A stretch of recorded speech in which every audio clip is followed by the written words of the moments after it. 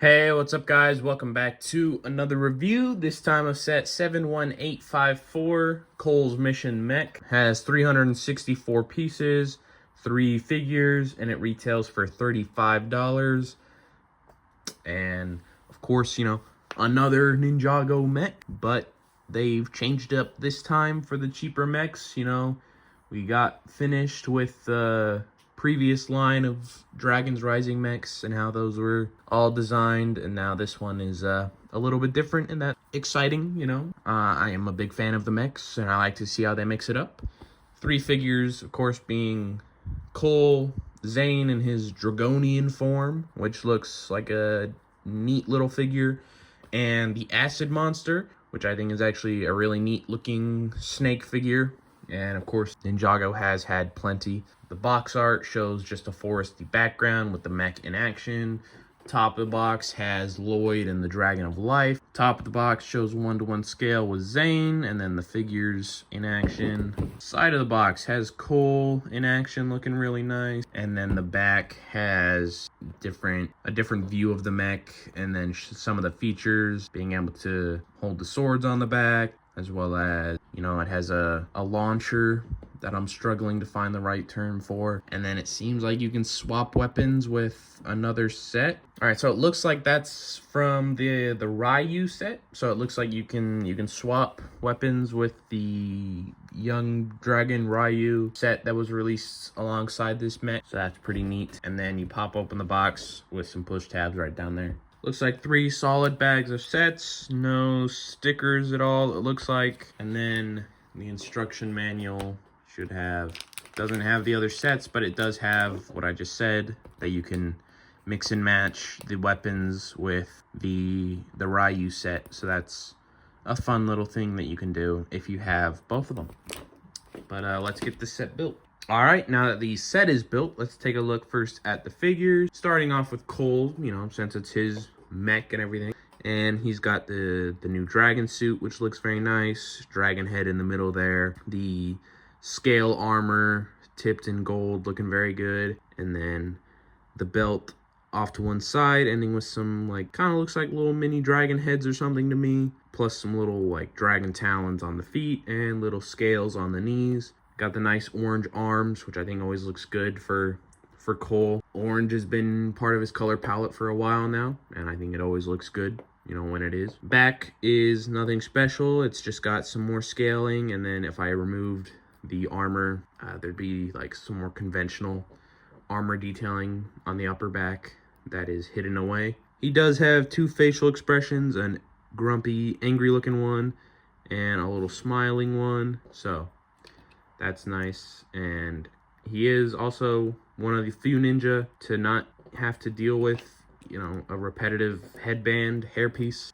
which is nice. He's just, granted, I think he just sticks with the one, which is fine. Of course, I don't really mind that much. And then he's got the little hammer, which looks very nice. That's another Cole thing for a few years now, is having a hammer. Next is Zane, and while his suit is pretty much the same, same dragon head, the only difference is he doesn't have gold tipped scale detailing. It's, a blue color, but otherwise it's pretty much the same. The belt ends in a slightly different way, and the little fold of the fabric right there is in a different place, but it's otherwise the exact same detailing. The additions are, of course, he's got a molded tailpiece that attaches onto his legs, and the wings on the back clipped on there using the shoulder piece. And then, of course, he has the dragon mask instead of a hairpiece, which means, of course, he's got the under the mask face and then just an angry looking expression.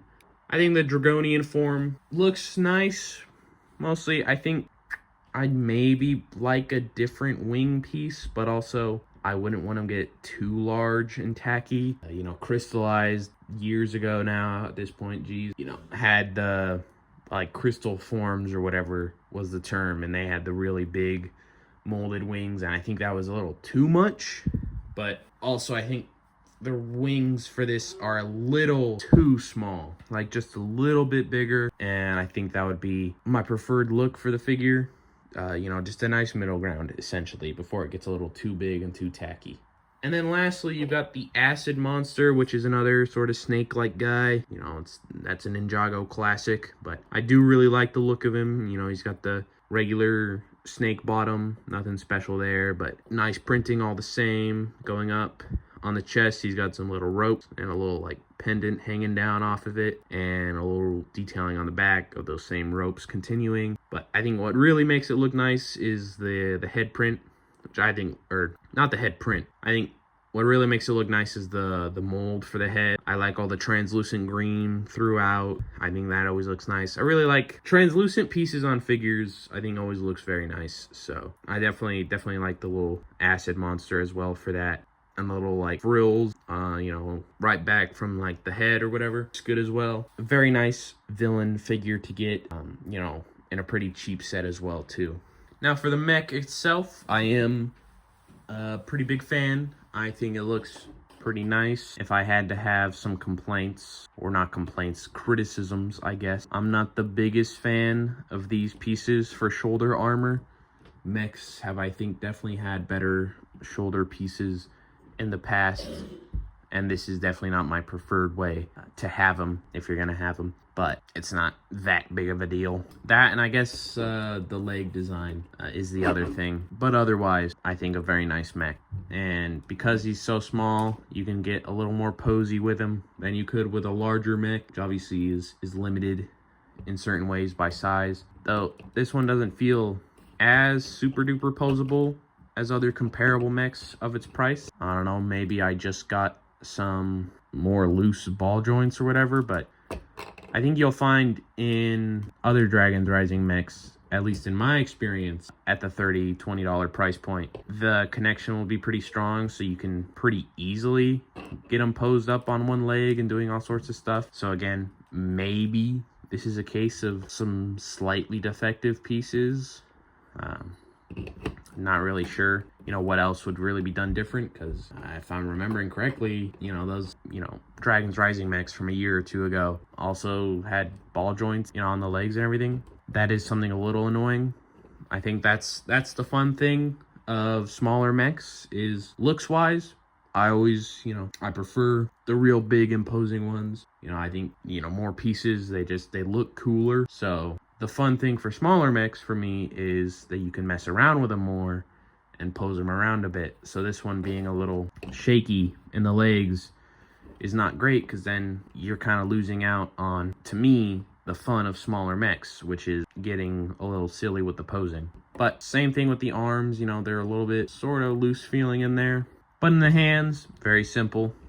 He's got 3 fingers, and they're not much, pretty basic, but he's got the 2 Technic pins there. Obviously I've got one of them in use for the little staff, then this other one is open, and on the back he's got clips for his weapons. So the mech has 3 weapons total: a gun, a staff, and a sword. So first off is the gun, and it's a nice enough little design, you know.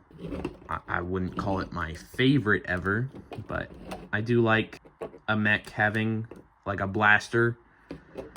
Usually Ninjago sticks to mostly swords and staffs and maybe a hammer or something, but especially mechs are pretty sword heavy, so it's not much, but mixing it up with a little blaster is fun, instead of just having at most maybe some shoulder mounted stuff like Zane's Titan mech from 6 years ago now or something. Then the other weapon is the sword, and seriously, as you can see, I genuinely might have, I don't know, gotten some defective pieces. This thing does not want to stay still, but very basic as far as you know, Ninjago swords go. Obviously a lot of them will use, you know, the one big molded piece, which I have no issue with. That's not a complaint, just more of a statement. But usually they'll spice it up a little more on the handle.